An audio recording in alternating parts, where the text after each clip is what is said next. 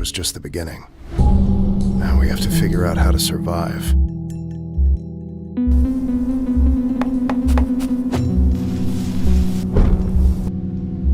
And what's wrong with this place?